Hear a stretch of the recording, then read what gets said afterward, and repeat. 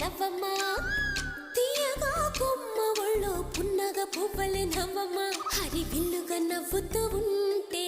ఎండలో వెన్నెల కాయదా చిరు చల్లుగా నవ్వుతూ ఉంటే కొండైన వాగల్లే పొంగదా నూను మెత్తగా నవ్వుతూ ఉంటే ముల్లైన పువ్వలే తాకదా తొలి పొద్దుగా నవ్వుతూ ఉంటే రాయైన రత్నంగా మారదా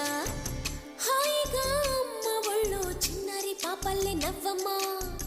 తీయగా కొమ్మ ఒళ్ళో పున్నగ పువ్వలే నవ్వమ్మ